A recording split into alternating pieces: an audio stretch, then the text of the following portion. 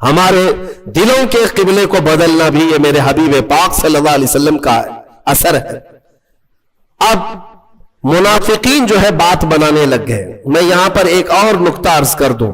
صحابہ کا حال یہ تھا کہ انہوں نے کسی نے پوچھا نہیں 2 رکعت ادھر اور 2 رکعت ادھر کیوں، بلکہ صحابہ جانتے تھے کہ جو رسول کرے وہی دین ہے، وہی شریعت ہے. ایک صحابی سے پوچھا حضور پاک صلی اللہ تعالی علیہ وسلم ظہر کی نماز میں قرات کرتے تھے کہ نہیں کرتے تھے؟ حضور ظہر کی نماز میں قرات کرتے تھے. آپ سب کو معلوم ہے نا 3 نمازیں جہری ہیں، 2 نمازیں سری ہیں. فجر مغرب عشاء اس میں زور سے قرات کرتے ہیں امام، ہے نا. اور ظہر اور عصر میں زور سے نہیں کرتے، خاموش. لیکن کرتے ہیں کہ نہیں کرتے تم کو کیا معلوم؟ خاموش کھڑے رہتے نا امام. تو آپ کو پتا ہے پیچھے صفوں میں کھڑے رہتے امام صاحب پڑھتے بھی ہیں کہ نہیں پڑھتے، کسی کو نہیں پتا. اب حضور پاک صلی اللہ علیہ وسلم ظہر کی نماز میں آہستہ ہی صحیح کچھ پڑھتے تھے کہ نہیں پڑھتے تھے؟ ایک صحابی سے پوچھا گیا. اس صحابی نے کہا ہاں رسول اللہ تلاوت کرتے تھے. کہا سنائی دیتا تھا؟ کہا نہیں. کیسے پتا؟ وہ صحابی کہتے ہیں میں پیچھے صف میں کھڑا رہتا اور حضور کے چہرے کی طرف دیکھتا، آپ کی داڑھی مبارک ہلتی رہتی تھی. داڑھی مبارک ہلتی رہتی تھی. اس کا مطلب یہ ہے کہ میرے آقا نماز میں خاموش نہیں تلاوت کیا کرتے تھے. اے میرے عزیزوں ان صحابہ سے پوچھو نماز میں تمہیں کعبے کی طرف دیکھنا چاہیے یا رسول کے چہرے کی طرف؟ ان صحابہ کی ترجمانی اگر کہیں سے ملتی ہے تو بریلی کے امام کی زبان میں وہ کہتا ہے حاجیوں آؤ شہنشاہ کا روضہ دیکھو. کعبہ تو دیکھ چکے، کعبے کا کعبہ دیکھو. کعبے کا کعبہ دیکھو. صحابہ جو دیکھتے تھے وہ کیا تھا؟ کعبے کا کعبہ تھا. اور وہ ان کی نمازیں نہیں ٹوٹتی تھی. ہاں آپ سب چاہے کتنا بھی بڑا امام ابھی آئے، آپ کو حکم نہیں ہے کہ امام کی طرف دیکھتے رہو. آپ کو حکم نہیں ہے آپ کعبے کی طرف منہ کر کے رکھو. اب کے زمانے میں امام کے پیچھے ہیں آپ، لیکن امام کو دیکھتے مت رہو نماز میں کہ امام کی ٹانگ اٹھی ہے یا پیر اٹھا ہے، پیجامہ نیچے آیا ہے، کیا ہو رہا ہے اس کا نماز میں. یہ تمہیں حکم آج نہیں ہے. نماز میں اگر کھڑے ہو گئے تو قبلے کی طرف منہ رہے. صحابہ کرام کا حال یہ تھا کہ وہ اپنے رسول کو دیکھا کرتے. اتنا ہی نہیں میرے عزیزوں، اتنا ہی نہیں، ایک اور بات میں بتا دوں. آج مدینہ طیبہ میں اگر آپ جائیں گے اللہ سب کو حاضری نصیب فرمائے. یہ حضور کا محراب اس طرف ہے سامنے، حضور پاک صلی اللہ تعالی علیہ وسلم کا محراب سامنے. اور جب محراب کی طرف منہ کر کے کوئی کھڑا رہے گا تو بائیں ہاتھ کی جانب حضور صلی اللہ تعالی علیہ وسلم کا حجرہ، جو روضہ ہے آج بھی حضور کا، وہی حضور کا حجرہ تھا جس میں میرے آقا صلی اللہ علیہ وسلم حضرت عائشہ صدیقہ رضی اللہ تعالیٰ عنہا کے ساتھ قیام فرماتے. وہ حجرہ عائشہ صدیقہ ہے جس میں میرے آقا دفن ہے. آج کہاں ہے وہ؟ یہ سامنے محراب اور ادھر بالکل بائیں سائیڈ میں حجرہ ہے حضور کا. دروازہ بھی اس کا وہی تھا. جب اقامت یہاں بولتا مؤذن حضور حجرے سے نکلتے تھے، اور جب حضور حجرے سے نکلتے صحابہ کھڑے ہو جاتے تھے اور صفیں لگ جاتی تھی. اندازہ کرو قبلہ ادھر ہے اور حضور کا حجرہ ادھر ہے بائیں جانب. حضور اکرم صلی اللہ تعالی علیہ وسلم کی وفات سے چند دنوں پہلے کی بات، یہ آخری ایام ہے ظاہری زندگی کے، جب رسول کریم صلی اللہ تعالی علیہ وسلم علالت میں تھے. تکلیف بہت زیادہ تھی، بخار کی شدت تھی. 1 مہینے تک بخار کی شدت رہی سفر کے مہینے میں. ان دنوں میں بعض مرتبہ ایسا ہوا حضور اکرم صلی اللہ تعالی علیہ وسلم اپنے حجرے سے نکلتے تو 2 صحابہ کے کندھوں پر ہاتھ رکھ کر کے آتے تھے. تکلیف کی شدت تھی لیکن پھر بھی مسجد میں آ جاتے تھے. لیکن آپ کی وفات سے چند دن پہلے ایسے حالات پیش آئے کہ حضور اپنے حجرے سے باہر نہیں آتے تھے. صحابہ کی نمازیں کون پڑھاتا تھا؟ حضرت ابو بکر صدیق پڑھاتے تھے. مصلی پر آپ پڑھتے، نمازیں آپ پڑھاتے. 17 نمازیں حضرت ابو بکر صدیق نے پڑھائی. ایک روایت میں پڑھتا ہوں تو آنکھیں بھیگ جاتی ہیں. مغرب کی اذان ہو چکی، صفیں لگ چکی، مؤذن اقامت بول چکا، حضرت ابوبکر صدیق مصلی پر جا چکے، تکبیر باندھ لیے، اچانک حضور کا حجرہ کھل گیا۔ کئی دن سے میرے آقا آئے نہیں تھے، جیسے حجرہ کھلا سارے صحابہ مڑ کر کے میرے آقا کی طرف دیکھنے لگ گئے، قبلے کی طرف نہیں، حجرے کی طرف سب مڑ گئے۔ اور جب رسول کریم صلی اللہ تعالی علیہ وسلم کے چہرے پاک کی چمک دیکھا، سارے صحابہ کے دلوں میں ایسی رقت طاری ہو گئی، ان کی آوازیں بلند ہو گئی۔ بعض نے ہاتھ پر آواز مار مار کر کے کہا، ابو بکر پیچھے آ جاؤ، آفتاب رسالت آ چکے، رسول کریم صلی اللہ تعالی علیہ وسلم آ چکے۔ میں یہ نماز کی حالت کی بات کر رہا ہوں، نماز کی حالت۔ صحابہ جانتے تھے کہ رسول کی رضا ہی یہ اللہ تک پہنچنے کا ذریعہ ہے۔ اگر رسول کو راضی کر لیا تو ساری عبادتیں ہیں، اور اگر وہ راضی نہ تو ساری عبادتیں فضول ہیں۔ صحابہ اکرام رضوان اللہ تعالی علیہ مجمعین نے جب آواز لگائی تو وہ ابو بکر صدیق مصلی پر جو ہے، میرے عزیزوں مصلی پر جا چکا امام، تکبیر باندھا ہوا امام، جب آواز آئی پیچھے سے تو وہ خود بھی بائیں جانب مڑ کر دیکھتے ہوئے پیچھے کی طرف آنے لگ گئے۔ نماز توڑ کر کے نہیں، رکعت باندھ کر کے پیچھے کی طرف آنے لگ گئے۔ رسول کریم صلی اللہ تعالی علیہ وسلم جب تشریف لائے تو مصلی پر میرے آقا صلی اللہ تعالی علیہ وسلم کو بٹھایا گیا۔ یہ کیسی نمازیں تھیں، کیسی نماز! ہم اور آپ اگر حرکت بھی کریں تو نماز ٹوٹ جائے، نماز باطل ہو جائے، فاسد ہو جائے، لیکن رسول کے لیے اگر چہرہ پھر بھی گیا تو نماز باطل نہیں، بلکہ میں کہتا ہوں وہی تو عین نماز ہے۔ ظالمو، تم کہتے ہو رسول کا خیال آنا، معاذ اللہ رب العالمین، برے کلمات کہتے ہو، گدھے کے خیال سے بدتر ہے۔ ان صحابہ سے پوچھو، وہ اللہ رب العزت کی عبادت کرتے تھے لیکن رسول کے چہرے کو بھی دیکھا کرتے تھے۔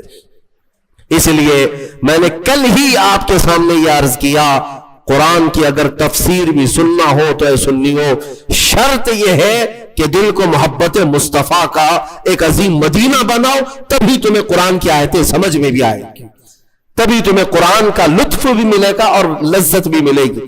اور حضور کو چھوڑ کر کے کچھ سننا چاہو تو پھر اندھیرا اندھیرا، کچھ نہیں ہے۔ بہرحال یہ قبلے کے تبدیل ہونے والی جو آیتیں آئیں، اس پر یہودیوں نے بہت واویلا مچایا، بہت واویلا مچا رہے۔ اتنے سالوں سے قبلہ تھا، نبیوں کا قبلہ تھا، انہوں نے بدل دیا، انہوں نے بدل دیا، یا آ کر کے بدل دیے، اس طرح کی باتیں آنے لگی۔ تو رب تبارک و تعالیٰ نے ابھی اپنے حبیب صلی اللہ تعالی علیہ وسلم سے یہ فرمایا، آپ ارشاد فرمائیں، وَمَا أَنْتَ بِتَابِعٍ قِبْلَتَهُمْ، آپ فرما دیں ان سے کہ میں تمہاری قبلے کی پیروی کرنے نہیں آیا، بلکہ رسول جو کہہ دیں گے وہی قبلہ ہے۔ عزیزان گرامی وقار، قبلے کی تبدیلی کا حکم جو آیا وہ اسی پارے میں اس کا ذکر ہے، اور اس کے بعد پورے دوسرے پارے میں کئی احکام نازل ہوئے، کئی احکام ہیں شہیدوں کے متعلق۔ اسی آیت میں فرمایا رب تعالیٰ، جو اللہ کی راہ میں مارے جائیں انہیں مردہ نہ کہو، وہ زندہ ہیں، بل احیاء ولکن لا تشعرون۔ بعض لوگ ہم سے پوچھتے ہیں، آپ رسول کو وفات کے بعد بھی زندہ مانتے ہیں، قرآن کی کوئی دلیل ہے آپ کے پاس؟ قرآن کی کوئی دلیل ہے؟ قرآن کی کوئی آیت ہے؟